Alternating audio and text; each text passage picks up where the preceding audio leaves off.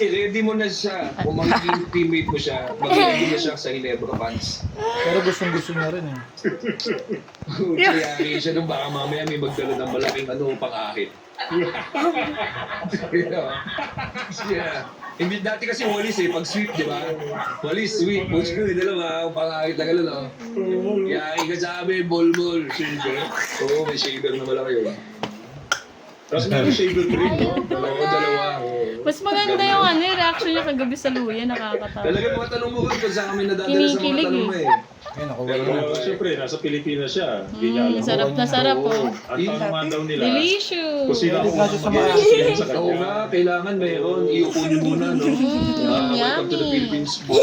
Mr. Boy, gusto ko lang na I really like to explain to Yummy, you oh, that yummy, oh. you're very much welcome in the Philippines. The Philippines Sarap na loves sarap, you. oh. But Uy. we want to tell you that your name is also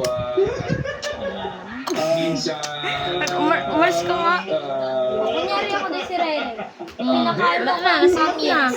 there. But not Wala, sinundan ka What tayo. kind of hair? Ano ba?